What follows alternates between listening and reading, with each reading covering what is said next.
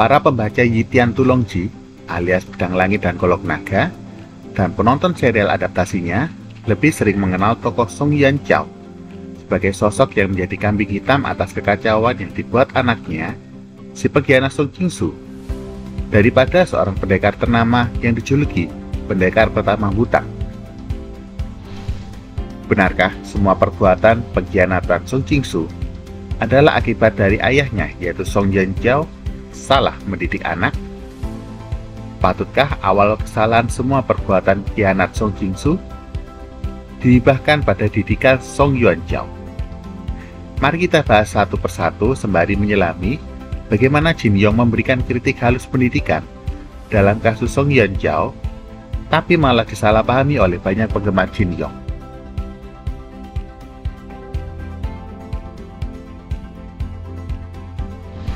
Karakteristik Song Yuanzhao. Seperti apakah sosok pendekar pertama Wudang ini? Mari kita baca deskripsinya dari narasi Jin Yong dalam naskah Pedang Langit dan Golok Naga.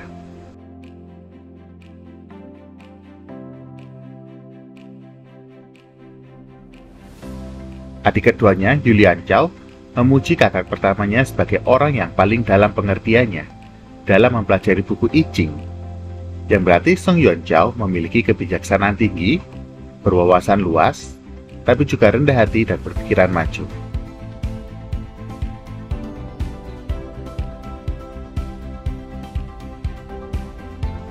Adik kelimanya, Sang Juisan, menuturkan kakak tertuanya memiliki hati welas asih bagaikan kuda, sampai-sampai tak pernah tega menolak permintaan orang padanya.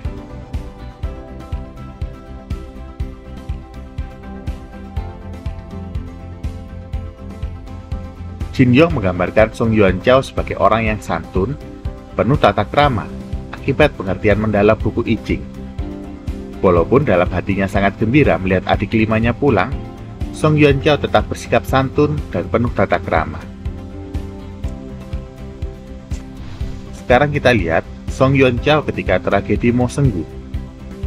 Bagaimana sikap Song Yuanzhao setelah adik bungsu yang dicintainya dibunuh orang?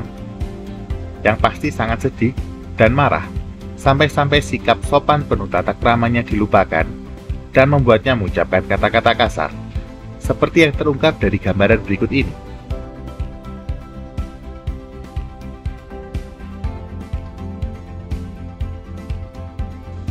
Dan ketika Song Yuanzhao mendengar sendiri pengakuan anaknya telah membunuh adik ketujuhnya, tak ada hal yang dipikirkan selain menghabisi nyawanya sendiri, seperti halnya adik kelimanya Sang Juisan. Untunglah, Chang Wuji tanggap melihat gelagat paman pertamanya dan dengan cepat memukul pedang, sehingga pedang hanya melukai leher paman pertamanya tanpa luka fatal.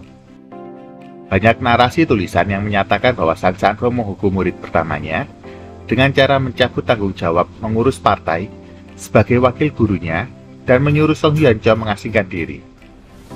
Sehingga dianggap inilah hukuman atas kegagalannya mendidik anak. Benarkah demikian? Mari kita lihat narasi dalam novel Pedang Langit dan Golok Naga.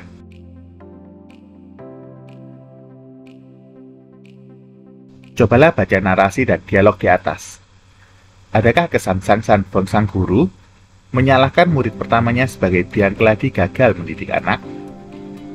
Adakah Sang Sanfeng mengkambing hitamkan Song Yuanzhao agar partai Wutang lepas dari noda akibat pengkhianatan Song Jingsu? Jawabannya sama sekali tidak ada. Chang Sanfeng malah dengan jelas memaparkan kalau kesalahan harus ditanggung mereka bersama, termasuk dirinya sebagai mahaguru Wutang dan kakek guru Song Jingsu. Kalau kita lihat bagaimana dunia pendidikan seringkali terjadi kasus perseteruan antara sekolah dan orang tua murid saling menyalahkan ketika seorang anak murid berbuat kesalahan yang memalukan, satu sama lain saling menuding. Tak ada yang ingin mengaku salah dan mempertanggungjawabkan kesalahan. Padahal, menyatakan diri bersalah berarti siap melakukan perbaikan dan introspeksi diri supaya di masa depan, kesalahan yang sama tak akan terulang. Sangat mudah bagi Sang Sanfeng menuding dan menjadikan Song Yuanzhao sebagai kambing hitam pengkhianatan anaknya, dengan membebankan semua kesalahan pada Song Yuanzhao dan memecatnya dari perguruan. Setidaknya reputasi Wutang bisa lepas dari noda hitam. Tapi, Zhang Sanfeng tidak melakukannya. Malah dia tidak menyebut Song Xingzhu sebagai anak yang tak berbakti, melainkan murid tak berbakti. Dengan kata lain, Zhang Sanfeng menekankan ini adalah kesalahan dari perguruan. Zhang Sanfeng sadar pengkhianatan Song Xingzhu tak bisa dilepaskan dari institusi pendidikan pimpinannya. Karena yang mendidik Song Xingzhu bukan hanya ayahnya, melainkan juga paman-paman gurunya, dan tentu saja dia sebagai kakek gurunya. Di sini Zhang Sanfeng menunjukkan kebijaksanaannya dengan menyatakan sekolah, yaitu Wutang, juga menanggung segala kesalahan bersama orang tua dari murid. Ini adalah teladan yang sepatutnya menjadi cermin untuk para pembaca novel yang mungkin berprofesi sebagai pendidik maupun orang tua murid. Dengan menyatakan kesalahan bersama, sekolah dan orang tua wajib mengevaluasi diri bersama-sama agar pendidikan generasi di masa depan bisa lebih baik lagi. Lalu, apakah Zhang Sanfeng menjatuhkan hukuman dengan cara mencabut tanggung jawab Song Yuanzhao mengurus partai dan mengasingkan dirinya adalah suatu hukuman? Sama sekali tidak.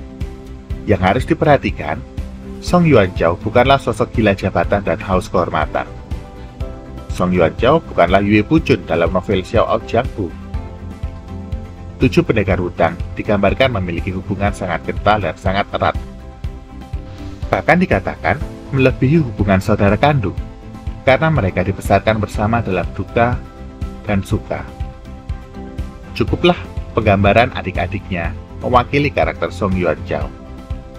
Akankah seorang yang bijak, rendah hati, dan berhati welas asih berambisi menjadi ketua partai? Tentu saja tidak.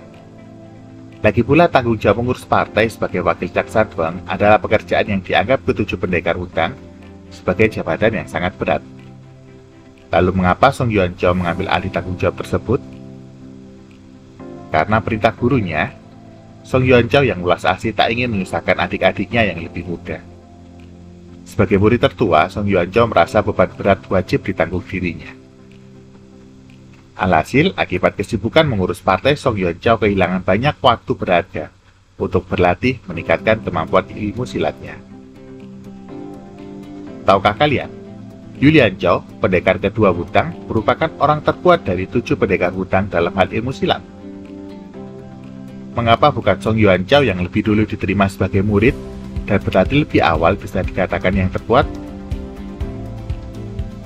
Tapi dia justru kalah dari Yu Lianzhao, yaitu pendekar kedua.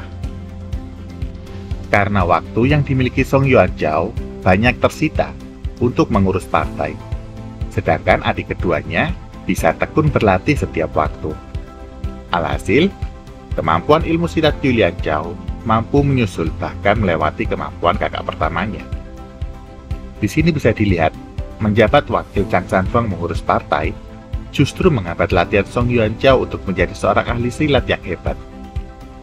Lagi pula, Zhang Sanfeng sangat memahami watak dan kepribadian murid pertamanya.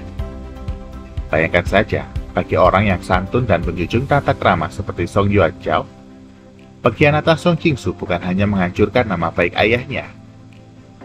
Bahkan Song Yuanzhao tak akan pernah punya muka lagi bertemu tokoh-tokoh papan atas dunia persilatan. Bisa dibilang, Song Yuanzhao tak akan pernah lagi turun gunung meninggalkan Wutang. Secara psikologis, mental Song Yuanzhao berada di titik terendah. Keputusan Zhang Sanfeng adalah buah kebijaksanaan dan pengetahuannya terhadap watak Song Yuanzhao. Zhang Sanfeng tahu persis sehingga memerintahkan murid pertamanya ini untuk memperdalam dan mengembangkan ilmu baru ciptaannya, Tai Chi. Dengan demikian, Song Yuanzhao bisa berkonsentrasi penuh meningkatkan kemampuan ilmu silatnya, sekaligus mengembangkan ilmu terhebat Wutang agar bisa diwariskan ke generasi selanjutnya. Lagi pula dengan kesibukan barunya, Song Yuanzhao bisa dipastikan akan sering meninggalkan Wutang. Sekarang pertanyaannya, apakah kalian akan menyalahkan Song Yuanzhao atas perbuatan pengkhianatan Song Xingzhu karena gagal mendidik anak? Apakah kalian juga menganggap keputusan Zhang Sanfeng adalah hukuman karena Song Yuanzhao gagal mendidik anak? Silakan jawab di kolom komentar dan sampai jumpa di video kami yang lainnya.